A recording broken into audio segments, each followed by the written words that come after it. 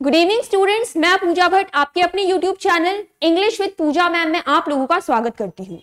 तो यहाँ पे हम लेके चलेंगे इंग्लिश विद कॉन्सेप्ट्स कि जो हमारी इंग्लिश लैंग्वेज है, जो उसके पीछे उसकी ग्रामर है, क्या कॉन्सेप्ट लगा है कोई भी रूल बनने में, वो सब हम पूरा स्टार्टिंग से और बेसिक से अपने चैनल पे लेके चलेंगे। ये चैनल कोई भी आपका एग्जाम ओरिएंटेड नहीं है। कोई भी एग्जाम में आपकी इंग्लिश जो भी कंपटीशन लेवल पे आती है तो सभी एग्जाम्स के लिए ये बेनिफिशियल होगी। तो आज हम सबसे पहले डिस्कस करेंगे कि बच्चे जब भी इंग्लिश का अटेम्प्ट करते हैं पेपर या कोई भी पेपर अटेम्प्ट करते हैं तो वो क्या क्या मिस्टेक्स करते हैं और उन्हें क्या क्या चीजें या क्या पैटर्न फॉलो करना चाहिए एग्जाम को अटेम्प्ट करने के लिए। ठीक है, तो चलिए हम सबसे पहले डिस्कस करते हैं। जब भी हम कोई पेपर अटेम्प्ट कर रहे हैं तो फर्स्ट गो में जब हम पहली बारी जब उसको अटेम्प्ट कर रहे हैं तो हमें ये ध्यान रखना है कि शुरू के 10 या 15 मिनट में हम जितने भी क्वेश्चन अटेम्प्ट कर रहे हैं वो हमें पहले से आते हो या वो वाले क्वेश्चन हो जिनकी हमने बहुत अच्छे से प्रैक्टिस करी है। क्योंकि अगर शुरू में ही हम ऐसा कोई क्वेश्चन उठा के चलते हैं जो कि हम पहली बार देख रहे हैं, या ऐसा हो सकता है कि जब हम उसे सॉल्व कर रहे हैं तो उसका आंसर ना निकले, तो ऐसे में हमारा जो कॉन्फिडेंस है वो बहुत ज्यादा डाउन हो जाता है। तो शुरू के 10 या 15 मिनट में तो हमें ऐसे ही क्वेश्चन अटेम्प्ट करने हैं जिससे हमारा एक तो जिसका आंसर हमें आता हो, ठीक है, उससे क्या होता है हमारा कॉन्फिडेंस लेवल भी इंक्रीज होता है और अच्छे से हम पेपर को आगे सॉल्व कर पाते हैं। ठीक है, तो फर्स्ट गो में हम ऐसे क्वेश्चन को लेते हुए चलेंगे जिसके बारे में जिसका कॉन्सेप्ट हमने अच्छे से पहले पढ़ा है और जो हमें बहुत अच्छे से जो हमें पता है कि 100% हम अटेम्प्ट कर सकते हैं। ठीक है, तो पहली बारी में हम शुरू में सपोज आपने पूरे 100 क्वेश्चन आपके पेपर में आए, तो चाहे आपने पहले बारी में 30 या 35 ही क्वेश्चन अटेम्प्ट किए, लेकिन वो 30 और 35 क्वेश्चन ऐसे हैं कि आप 100% श्योर हैं कि आपके ये सही होंगे ही होंगे।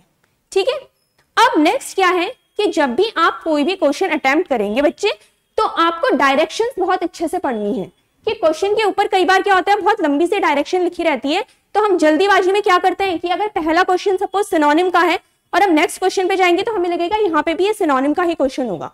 तो हमें क्या करना है, लेकिन हमें सबसे पहले अच्छे से डायरेक्शंस पढ़नी है कि डायरेक्शन में क्या लिखा है, हमें सिनोनिम चाहिए, एंटोनिम चाहिए, ये क्या पूछा गया क्वेश्चन में, इसके लिए डायरेक्शन पढ़ना बहुत ज्यादा इंपॉर्टेंट है। ठीक है, नेक्स्ट देखिए, पेपर में इंग्लिश का अगर पेपर है तो उसके लिए सबसे ज्यादा जो हमारा इंपॉर्टेंट पोर्शन देखा गया है वो है आपका वोकैबुलरी का पोर्शन। ठीक है, चाहे आपका रीडिंग सेक्शन हो और वोकैबुलरी सेक्शन हो या ग्रामर सेक्शन, कोई सा भी है, वोकैबुलरी देखी गई है कि सबसे ज्यादा इंपॉर्टेंट रोल प्ले करती है। अब अगर आप रीडिंग सेक्शन पे आ जाएं, उसमें आपका क्लोज टेस्ट है या आपका जम्बल्ड सेंटेंसेस हैं या आपके PQRS हैं, रीडिंग कॉम्प्रिहेंशन है, तो सबसे ज्यादा इंपॉर्टेंट क्या है, क्वेश्चंस आप कब सॉल्व करोगे, जब पैसेज समझ में आएगा, जब उसमें जो वोकैबुलरी जो वर्ड्स यूज हुए हैं उनका अच्छे से आपको मीनिंग पता होगा, तभी तो आप समझ पाएंगे ना अच्छे से। तो अच्छी अंडरस्टैंडिंग के लिए, इंग्लिश की अच्छी अंडरस्टैंडिंग के लिए सबसे जरूरी है आपका वोकैबुलरी पोर्शन। तो वोकैबुलरी पोर्शन को आपको स्ट्रॉन्ग करते हुए चलना है, चाहे आप किसी भी एग्जाम की प्रैक्टिस कर रहे हैं। ठीक है, तो जो हमारा सबसे इंपॉर्टेंट पोर्शन है वो है वोकैबुलरी। अब बच्चे कहते हैं कि हम वोकैबुलरी कैसे पढ़ें, हमें समझ नहीं आता कि वोकैबुलरी को हम कैसे इतनी सारी वोकैबुलरी याद रखें। तो देखो बच्चों, एक ही दिन में तो कोई भी मास्टर नहीं बन सकता है। जिसको बहुत सारा कुछ भी आता होगा तो उसने एक ही दिन में तो पढ़ा नहीं है। तो वोकैबुलरी करने का आपका क्या तरीका है कि आप डेली का एक रूटीन बनाइए कि सपोज मैंने ये रूटीन बना लिया कि एक हफ्ते में 10 सिनोनिम पढ़ूंगी डेली और 10 इडियम एंड फ्रेजेस पढ़ूंगी।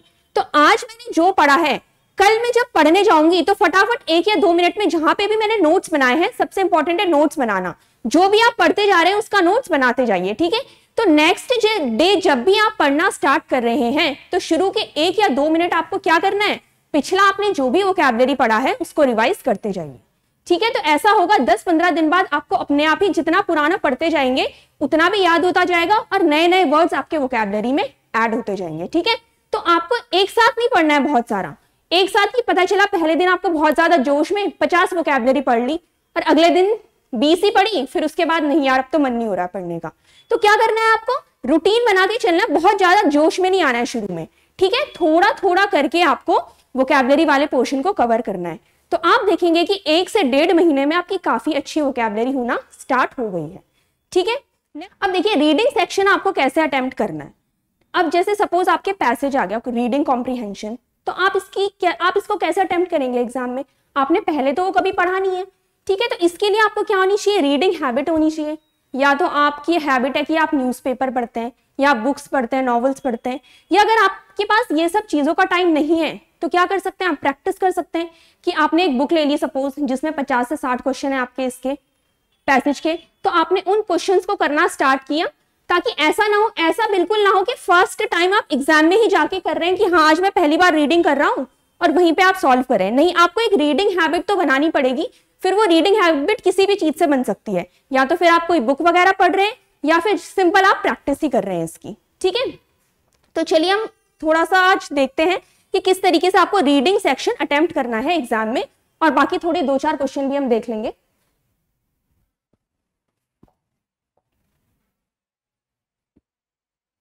सबसे पहले आ गया हमारे पास जम्बल्ड सेंटेंसेस। जम्बल्ड सेंटेंसेस आपको कैसे अटेम्प्ट करना है एग्जाम में?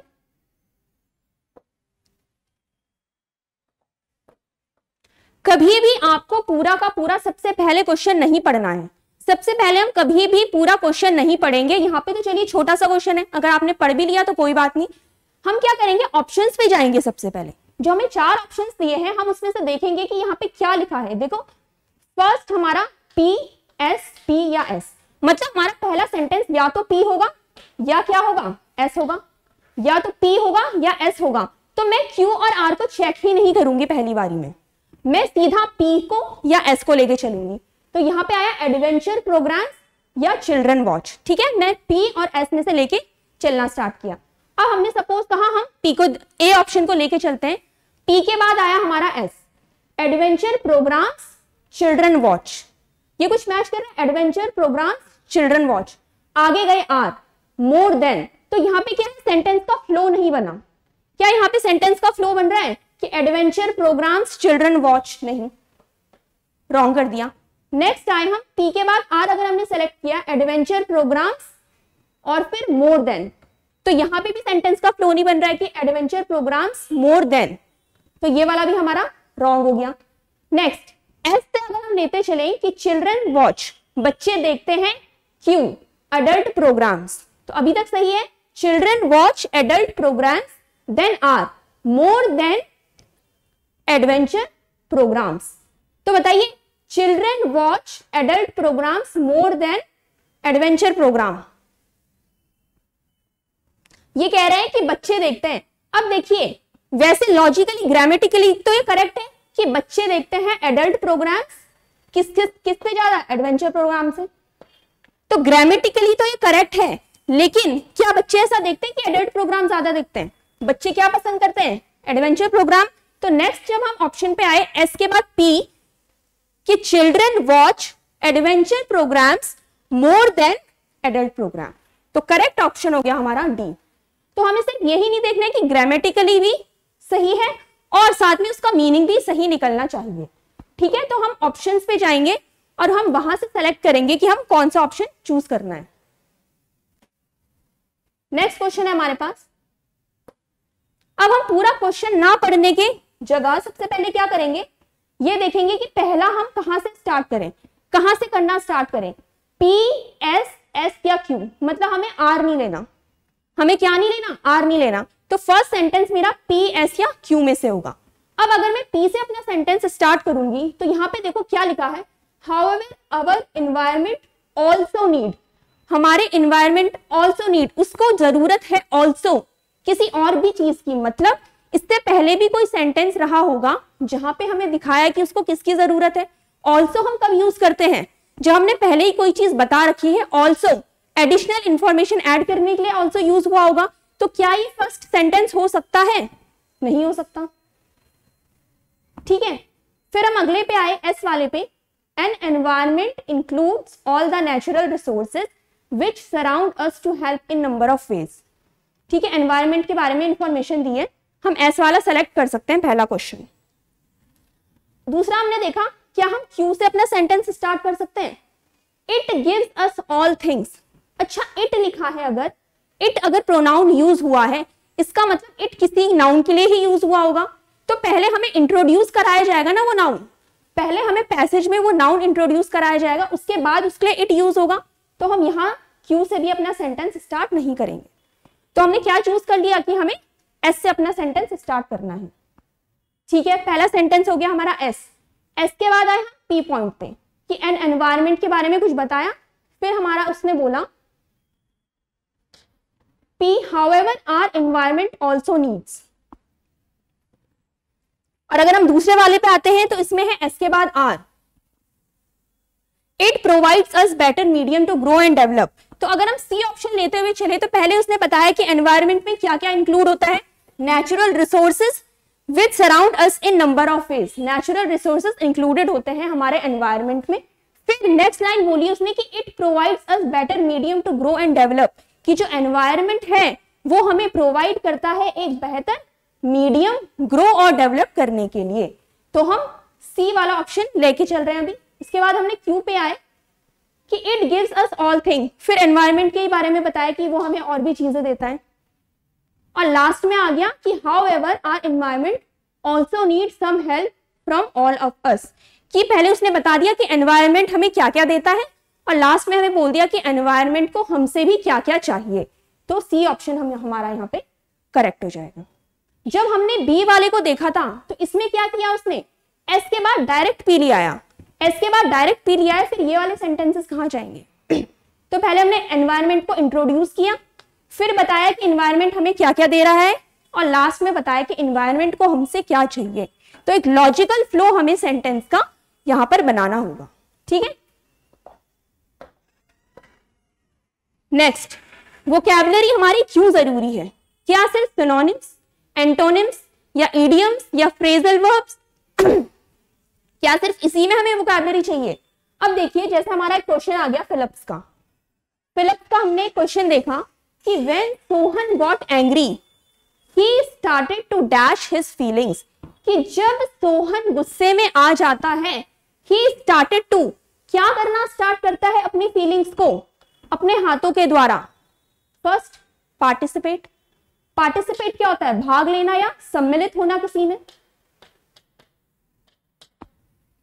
नेक्स्ट हो गया आपका इमोलेट। इमोलेट होता है सैक्रिफाइस या बलिदान, सैक्रिफाइस या बलिदान। अमलगमेट होता है आपका to form into one unit, into one unit, एक ही यूनिट में मिल जाना। अलग अलग चीजों का अमलगमेशन अगर हो रहा है तो वहां मिलकर एक ही वस्तु बन जा रही है, अमलगमेट। नेक्स्ट हो गया जेस्टिकुलेट। जेस्टिकुलेट होता है जेस्चर्स के थ्रू, जेस्चर्स के थ्रू अपनी बात कहना। और जेस्चर्स होते हैं आपके हाव भाव, कि जैसे हम हाथ हिला के या अपने इशारों से जो बातें बताते हैं उन्हें कहते हैं जेस्चर्स, या हम बोलेंगे जेस्टिकुलेट करना, मतलब हाव भाव से अपनी बातों को बताना। तो अगर आपको वोकैबुलरी का मीनिंग ही पता नहीं होगा तो आप कैसे इस फिलअप को सॉल्व करेंगे? तो वोकैबुलरी आपका जितना वोकैबुलरी पोर्शन के लिए जरूरी है उतना ही ग्रामर पोर्शन के लिए भी इंपॉर्टेंट है। तो यहाँ पे हमारा करेक्ट हो जाएगा जेस्टिकुलेट, कि जब वहां नाराज हो जाता है, गुस्सा हो जाता है, तो वहां अपने हाव भाव से, अपने हाथों के इशारों से, हाव भाव से अपनी फीलिंग्स को दिखाता है। ठीक है,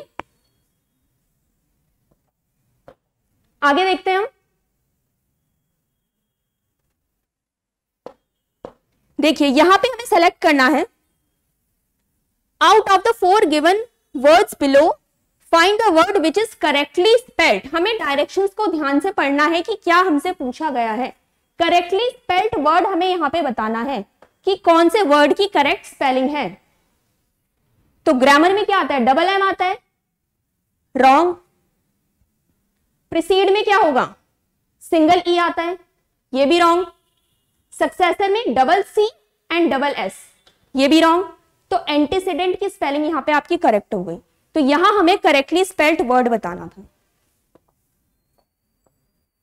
अगला क्वेश्चन आया,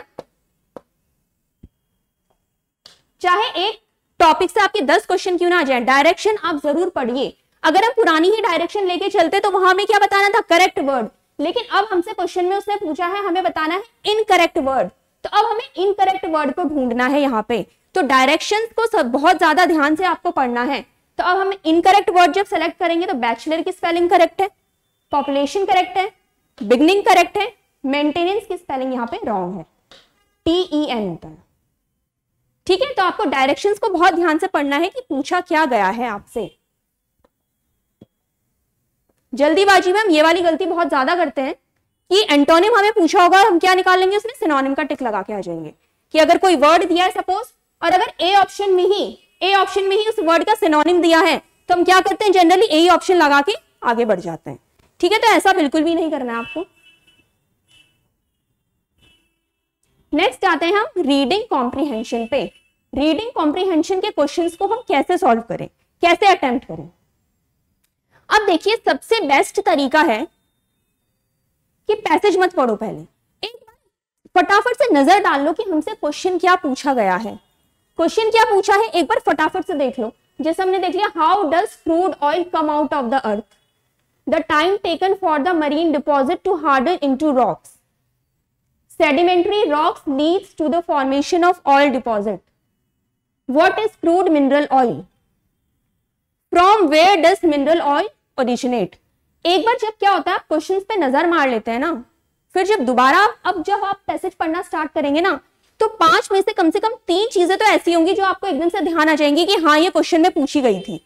तो आपको बार बार पैसेज देखने की और पढ़ने की जरूरत नहीं पड़ेगी। इससे आपका बहुत ज्यादा टाइम सेव होता है, क्योंकि आप क्या करोगे, 5 क्वेश्चन दिए हैं कि आप 5 बार इस पैसेज को पढ़ोगे, कितना टाइम आपका वेस्ट होगा।